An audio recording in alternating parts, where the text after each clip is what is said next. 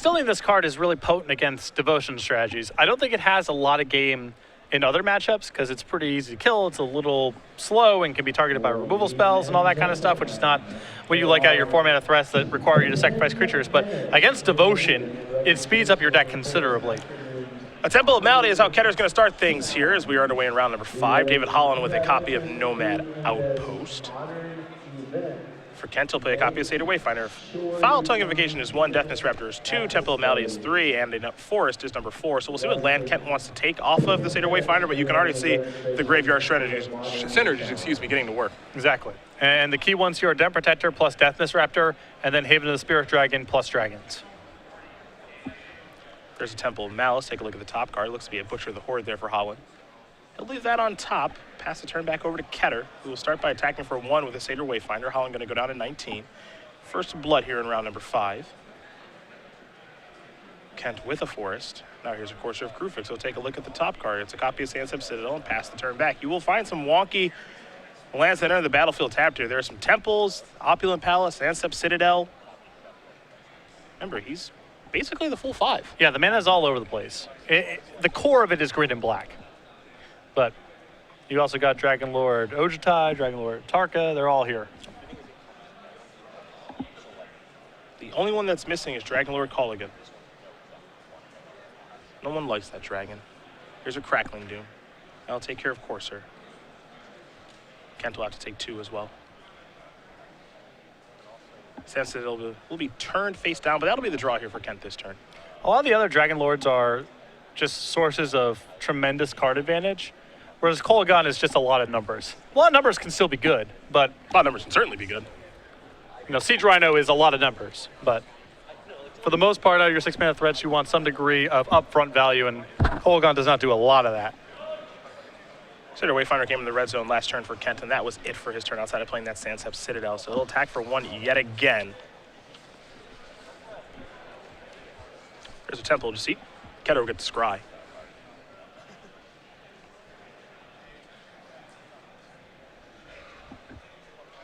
See if Ketter finds something he likes. He's going to leave that card on top. Holland's going to sacrifice the Bloodstained Mire, but for David Holland, he's got to get something rocking and rolling here. I mean, Crackling Doom taking care of the course was not a bad thing. Perhaps he doesn't know exactly what he's up against, but the longer this game goes, the tougher it gets for David. Well, there's enough information to work with, I think, if David's got a fluent understanding of standard between Satyr Wayfinder into Deathness Raptor and the Haven. That, to me, is enough information to work with.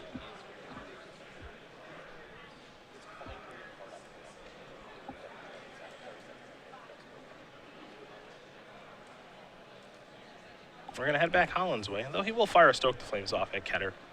Deal 4 damage to Kent. He put him down to 14. Holland takes the lead as far as life totals are concerned. A little bit behind on the board at this point. Dragon Fodder the draw. His deck is Mardu tokens after all. He actually has copies of Secure the Waste in his deck as well. Yeah, 3. That's a lot of copies of that card. Yeah. Here is Dragon Fodder, 2 Goblin tokens passing the turn. We head back Ketter's way. Another Haven of the Spirit Dragon. And now there's a Dragon Lord Dramoka. That one can't be countered, and you can't do anything on your turn if you're David Holland when that thing hits. But now we go to Holland's way. This is a really, really powerful card if it stays in play. Oh, yeah. There's Murderous Cut. Yeah, I think killing that is ideal.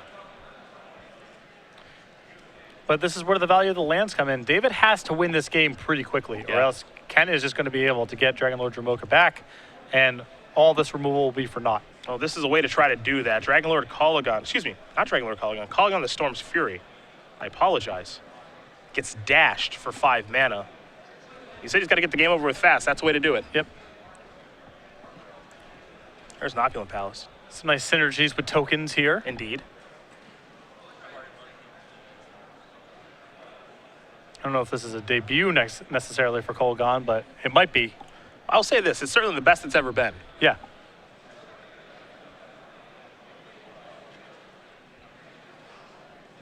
There's 3 mana. A Mardu Charm. Are we casting a coercion here? I think we are. All right, well, good job by David there, since the coast wasn't clear. Yeah. Took care of a Murderous Cut. You get to choose a non-creature, non-land card from the hand. So you can't take the Dragon Lord of Tarka. Damage comes across, puts Ketter down to 6. David's actually got both Kolagons in his deck. Yeah. 1 Dragon Lord and 2 Storm's Fury. Kent is going to crack Aven the Spirit Dragon to get back Dragon Lord Dramoka. He will untap. Now the 5/7 back in hand. He'll take a draw step. There is Dragon Lord Dramoka. Pass the turn back. See if Holland has an answer. He did last time. Butcher of the Horde was the draw. That does not qualify. Does not line up great right now. Dramoka's just got numbers for days. And the fact that he can just continuously get them back. I mean, Haven the Spirit Dragon is a great card in Kent's deck.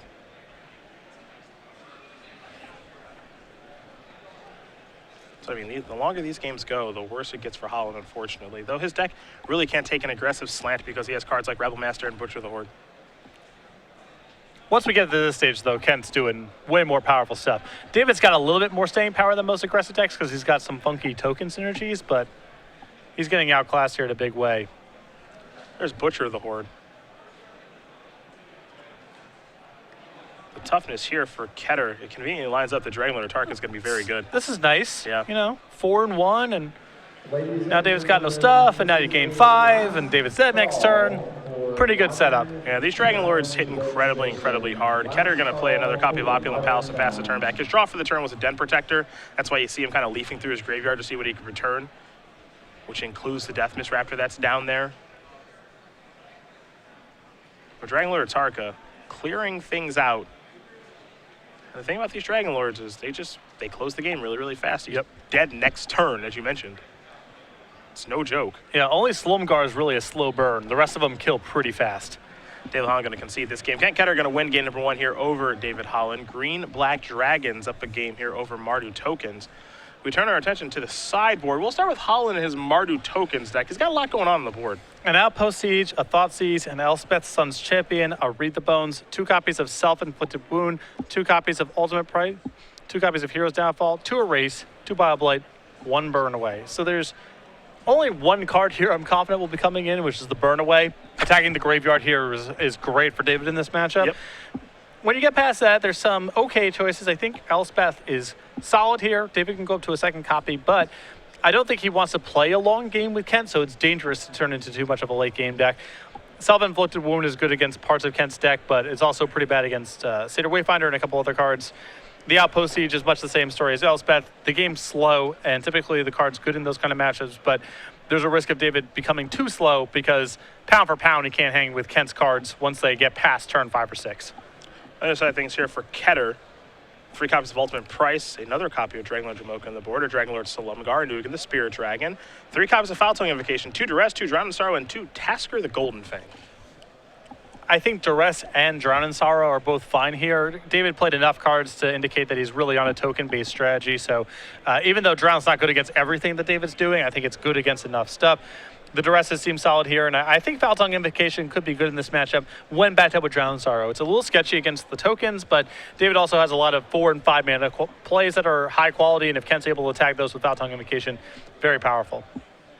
We will take a look at the Season 3 schedule here on the Open Series as these players do shuffle up for game number 2. We started off with a Modern Grand Prix in Charlotte that, of course, was won by Michael Malone last weekend, so congratulations to him. We're here in Indianapolis, where we'll be crowning a champion tomorrow evening, and the next weekend we'll be in Baltimore. Yeah, we head to Baltimore, take a couple weekends off in July, then head to Chicago for the first time in Open Series history. After that, we head to Richmond, then Washington, D.C. for a Legacy Open, a Standard Grand Prix in London, which is we just gave you some information for. We'll have more coming down the pipeline as we get closer to that event.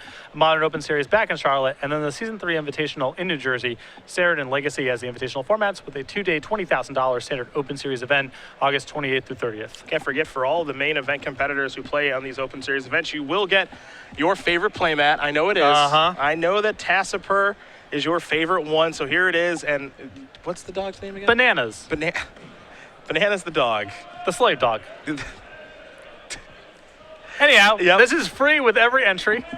Bananas the slave dog. You get it when you sign up. It's not for the first couple hundred people who sign up. We don't mail it to you after the fact. You get this free with registration for any Season 3 Open Series event. Tassiper the Golden Paw with Bananas the slave dog. The slave dog. Available at all Season 3 Open Series events. I just can't get over that. Yeah. Living the dream. It's a happy dog. Yeah. Dogs really don't care about that. You'd be surprised. They just really don't care about that. It's fine. Well, I'm not Dr. Doolittle. I can't actually have a conversation with him, unfortunately. Ketter with his Green-Black Dragons deck. Had a good, deep run with this at the Season 2 Invitational. I mean, we haven't really seen anyone doing what he's doing with this sort of strategy. Well, it's derivative of a lot of other strategies. The core of the deck is Satyr Wayfinder plus Death Misrector plus Den Protector. That's your base of card advantage and inevitability. In some spots, these decks have something like Ugin. In some spots, they have things like Elspeth. Kenton says playing with dragons. And the major upside is now Haven is a very powerful card in the strategy. I watched a match where Kent went really long against a control deck. I believe it was against Matt Costa, if I recall correctly. And the Havens were a huge part of that.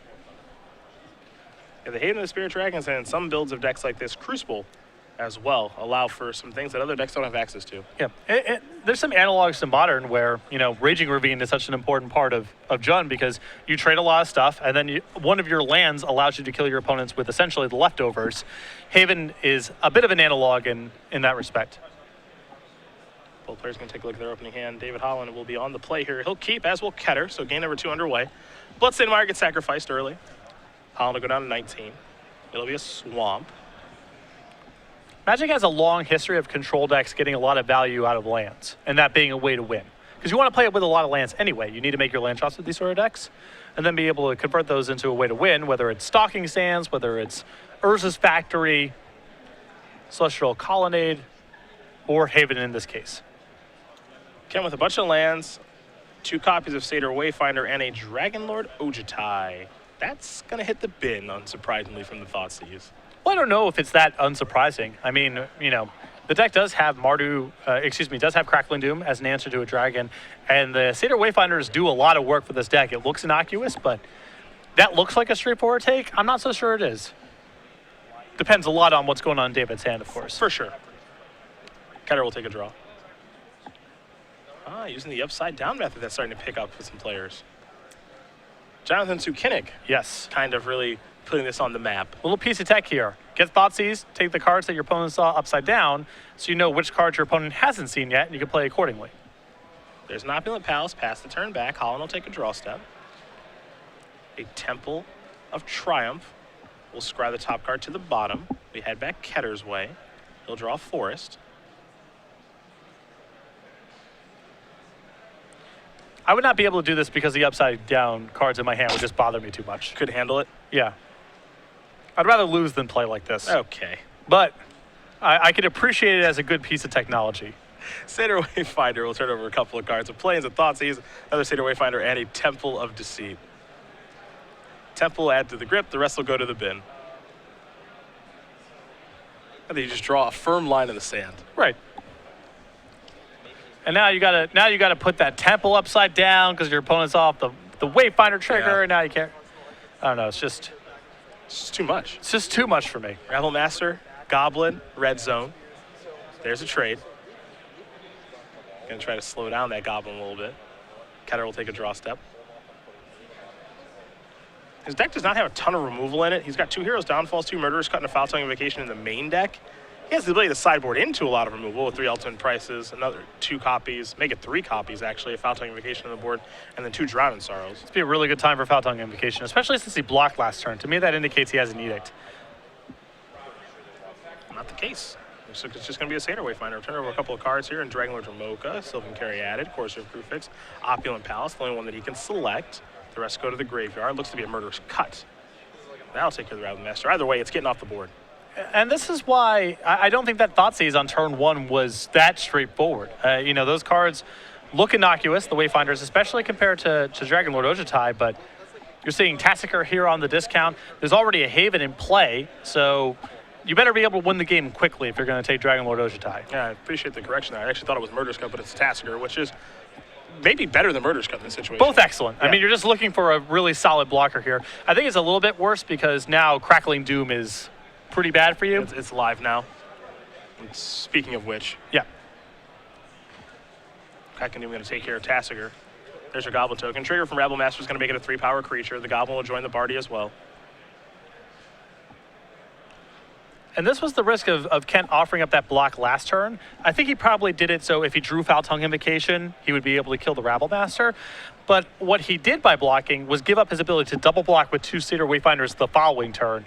And now he has no answer, or at least no answer in play and apparently in hand, to the Rabble Master. And he's probably a far way away from casting something significant to block it. This does give him the opportunity to draw a Foul Tongue Invocation if he does have them in his deck still. Does not appear that he did. Temple of Malady. The top card, leave that card on top, pass the turn back, so he's going to take a hit here, it looks like. At least one hit. I mean, his hand is nothing until Dragon Lord Jamoka on turn 6. He might not get to turn 6. Well, he did keep his card on top, so it's a good sign. Maybe there's something good coming off the top of the deck. Looks like it may have been another copy of Tasker. Here's a Temple of Deceit. Top card becomes the bottom card. Then probably Murderous Cut if he's not casting it. Yep.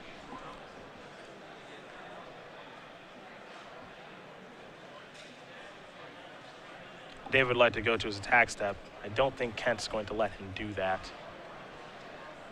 Yep. There's Murderous Cut to take care of the Rabble Master. Got to slow those beatdowns. Here's an attack for 1. Ketter going to go down to 9. A Caves of Coilus and a passing the turn, so it doesn't look like Holland has very much going on. There is Dragon Lord Dramoka. Yeah, the tough thing about this card is, you can't do anything on Ketter's turn. Yeah. So it makes your turn, even if you have an answer, it makes your turn very inefficient. Now, Crackling Doom was a great draw here. I think David also had Downfall in hand, so he had good answers for this. There is Downfall. Attack for 1, pass that turn back. Ketter will take a draw step. There's an Opulent Palace, he'll have to pass back now. It does have Haven of the Spirit Dragon there within his land, so if he wants to go that route to get back the old Dragon Lord, he can. There's an attack for 1. Ketter staring at a copy of Hero's Downfall. He'll take the 1 for now. I mean, he could Downfall and still return with Haven, but that's such an anemic use of Hero's Downfall. You're looking to get more than that. I mean, it is risky because if David has another answer to whatever your threat you're getting, it's potentially a lot of damage. Here's Outpost Siege. If Kent knew David's hand, he would have definitely killed it. Yeah. Because David's hand's just removal right now, so it's not free for Kent to take that point of damage. Cons is the name there. Ketter just going to draw a card. Picked up a copy of Dragon Lord Ojutai. So that'll enter the battlefield. A trigger here from Outpost Siege will be a Stoke the Flames. Take a draw step here, will Holland as well. There's a land. And in combination, This should should just be do it. I lethal, mean, yep. we got a Crackling Doom, Stoke the Flames. This will put him from 7 to 5. An attack puts you down to 4, and a Stoke makes this game no more. There is Stoke. That'll take care of it. David Holland going to win game number 2 here over Kent Ketter. Mardu tokens, Green Black Dragons. Get ready for game number 3. And that's the vulnerability that Kent's deck can have at times is it's a little slow to do anything of substance. There's some removal spells that you're trying to use to bridge the gap there, but Kent's deck doesn't really start doing powerful stuff until turn 5 or turn 6. And if you can capitalize on those early stumbles, you can win the game with Kent having resources still undeployed in his hand. It's tough to find the right balance because you can have too much removal in your hand and your start can be too slow, but you still need to have some removal to make sure that you can answer the first dragon or two. Striking that balance is very challenging to do, but David was able to do that game. Well, these players will get ready here for game number 3 between Green Black Dragons and Mardu tokens.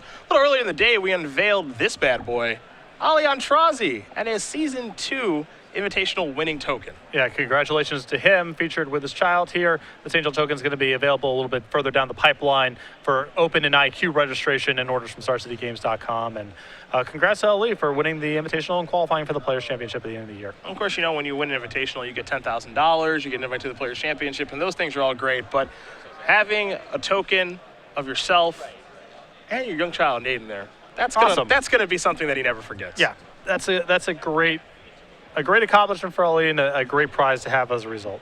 So congratulations to our Season 2 Invitational Champion, Ali Antrazi. You'll be able to get these just like the Jacob Wilson token, ordering through Star City Games, showing up to Open Series events, all that good stuff. But this is the new token in rotation. Of course, Jacob Wilson, our Season 1 Invitational winner. He'll be at the Players' Championship, and so will Alian Shirazi with this fantastic token. So awesome. See, now when someone plays a Geist Saint draft, you treat the Angels. And you see, now we've got a promo Angel token. You made fun of me before when I referenced Decree of Justice. I did, because that card is 100 years old, like you. It doesn't see much play. It's actually not 100 years old. It certainly seems like it. I think it's 12, 11? From Scourge? Yes. 2015. Onslaught block. Yeah, Onslaught block. I think that was like 2012. I mean, 2002. Or, yeah, excuse me, 2002. We don't see a lot of Decree of Justices, unfortunately. Decrees of Justice, excuse me. That's too bad. That was one of my favorite cards when I was growing up. That card was sweet. Cycled, I think, more than Hardcast. Oh, by far. Yeah. And the old Mirari Wake strategy. The sweepers were so good in that format that if you just tapped out to make a bunch of angels, just kill your stuff. It's a joke. Are you kidding me? Yeah. All right, I'll slide 3 of them out or Starstorm you, whatever. Llanowar Waste is how this game will begin here for Kent Ketter. A mountain here for David Holland. Here is a forest. There's a little acceleration. Sylvan Carry added. Pass the turn back over to Holland. Holland with a Butcher of the Horde in hand. Here's a Swamp. He'll pass the turn back. Ketter will take a draw step. That would have been a really good turn for Self-Inflicted Wound out of the board. Yep. That's the highest variance sideboard option that David has. It's going to be great sometimes and do nothing a good percentage of the time. Thoughtseize on top of Ketter's deck. We see that from Courser of Crewfix. Llanowar will waste 1 into the battlefield. That'll trigger the Courser. Ketter up to 21. Holland with the Battlefield Forge at the ready. He's also got a copy of Mardu Charm in hand.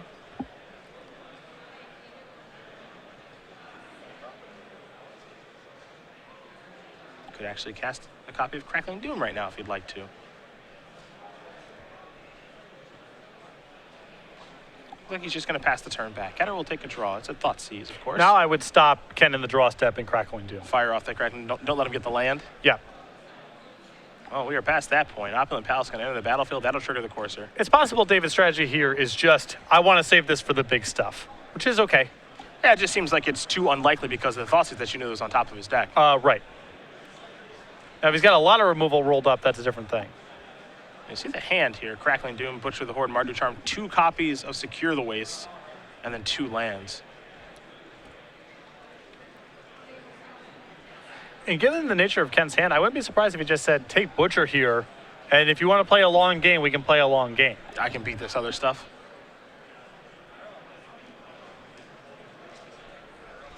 He's going to analyze David's script, and now he'll analyze his own, too. Dragonlord Dromoka over there in hand, Deathmist Raptor 2. His Thoughtseize is really going to kind of clear a pathway for how this game's going to go. Butcher the Horde is the scariest card in David's hand. In combination with those 2 Secure the Waste, I think I have to agree. Yeah.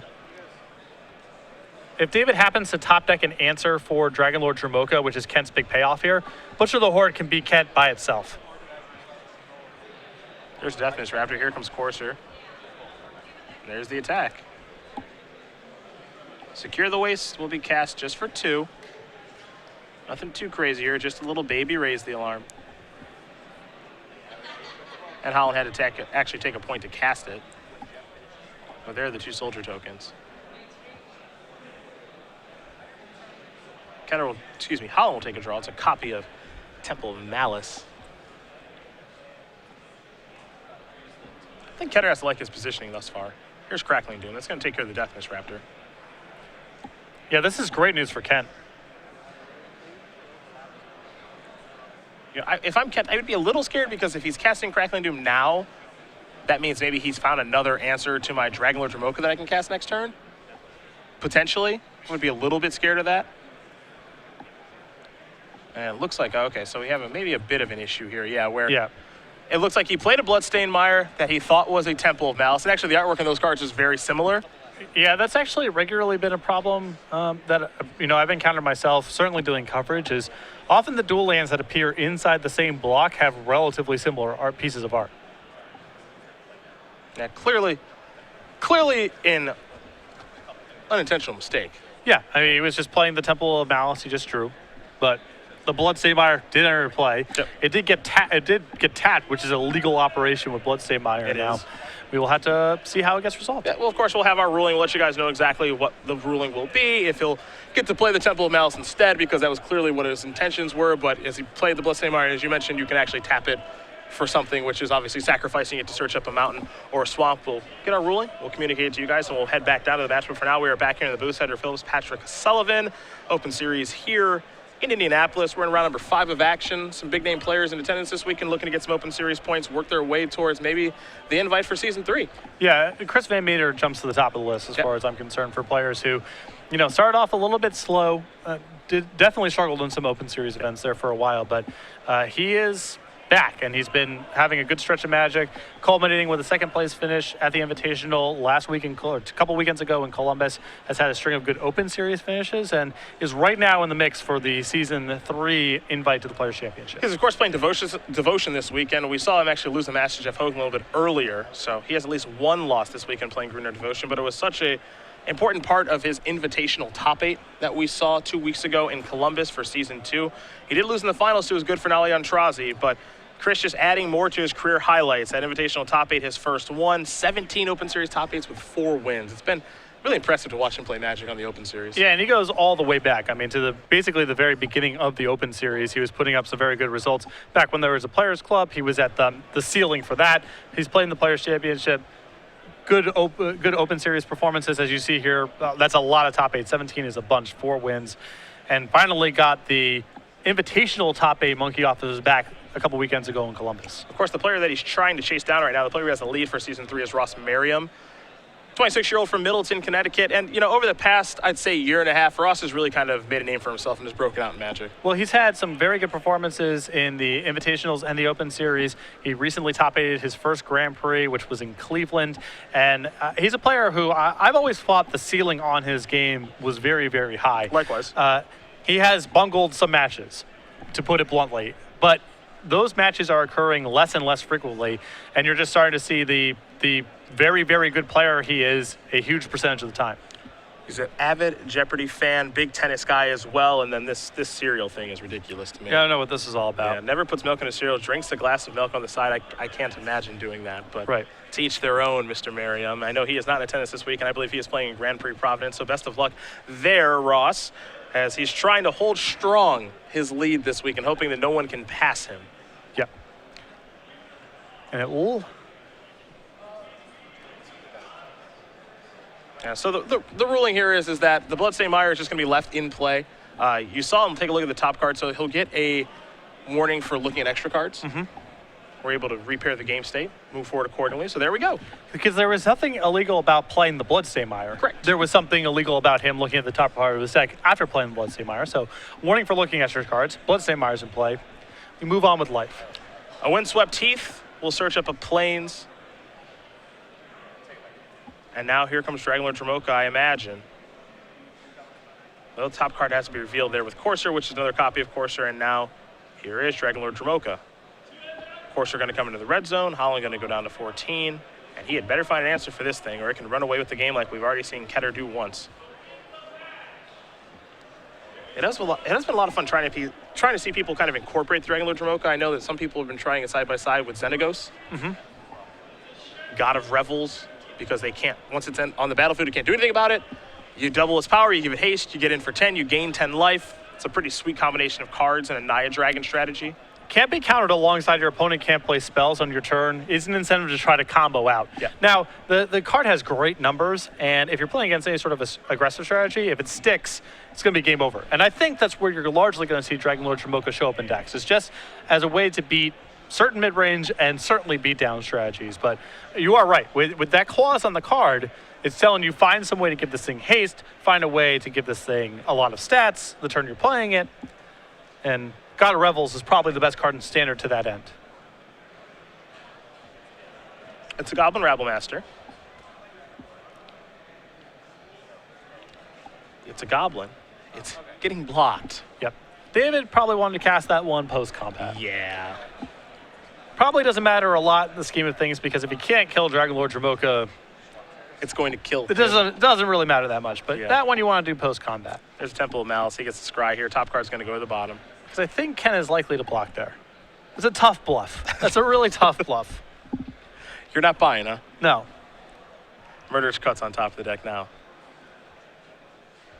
And now we're entering the stage of the game where even if David is able to cobble together removal spells for the Dragon Lord, those havens are going to bury him. It really almost feels like Ken's deck is, more than anything, a Haven of the Spirit Dragon deck. Well, it's so innocuous. It's just a land in a deck that wants to play with a lot of lands. But when you get to this stage of the game, the dragons are so powerful individually that your opponent often only has one removal spell that can take care of it. The numbers are so big. And then we get into this spot where how is he supposed to beat this without exiling the dragon? Yeah. Ketter played a land. After that, Courser gained 2 life. He went up to 28. Now it's time for a Courser. Excuse me, carry added. Now pass the turn back. Murderous Cut on top of the deck. Another Haven in hand. If this deck ever became more popular, I think that you would see a huge uptick in Utter End and Silence of Believers because you have to exile this stuff. Yeah. Unless you're clocking your opponent really, really fast, you can't play this long game where they're generating this much value off their lands. And you can see David is kind of shrugging his shoulders saying, well, I got to cast this Crackling Doom.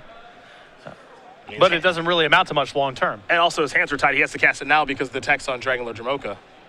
Yep. He can't wait till Kent's turn because Dromoka doesn't let you do that. So his hands are certainly tied with that one. He gets a Goblin token here. That's, yeah, you see Kent already grabbing at his I'll block. Courser. Yep.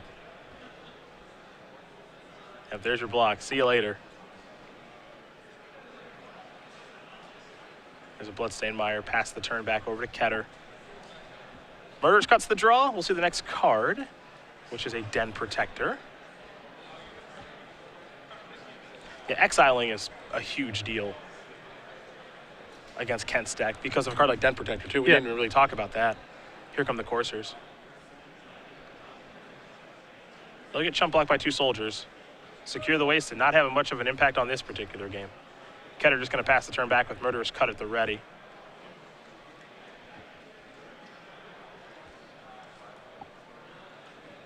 Kent's also getting ready to sacrifice his Haven of the Spirit Dragon to get back Dragon Lord Dromoka.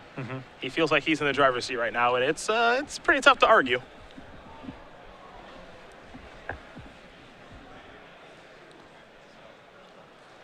Interesting to see Kent just not get back Dragon Lord Dromoka straight away and recast. Yeah, I suppose maybe he was scared of something. We'll see. There's a Murderous Cut. Now he'll get back the Dragon Lord. He'll untap. The draw step for the turn will be Den Protector. Next card down is a Tassiger. Really a deck that just uses its graveyard as a resource between Delving, between Returning Dragons, and of course Den Protector. Ketter going to put Holland down to 1, which means that Bloodstained Mire, that's off now. Battlefield Force providing white mana, that's not an option either, it appears. There's a copy of Secure the Waste. This might be before blockers. We'll have to see. Otherwise, this gets a touch awkward. Yeah, and the problem is now the Bloodstained Mire's been tapped. Yeah. And I do not believe there's an Urborg in play. And there's only one white source of mana here, which is Battlefield Forge, which does a point of damage. Yep, so that's going to do it. A lot of awkwardness here, but we're done. Kent was going to probably go on to win this game anyway. Right. Yeah. No harm done, but not the smoothest, most elegant ending, but a conclusion all the same. A win is a win is a win is a win here for Kent Ketter. He wins this match 2-1 over David Holland. Green-Black Dragons will take care of Mardu tokens. I imagine we'll probably have Kent in the sideboard. He's a lively interview anyway, but he's got a pretty unique deck here in his Green-Black Dragons deck. He played this at the Season 2 Invitational, as we mentioned, had a really good run there, and he's off to a 5-0 start here. And it's really easy when you see decks like this to get really focused on the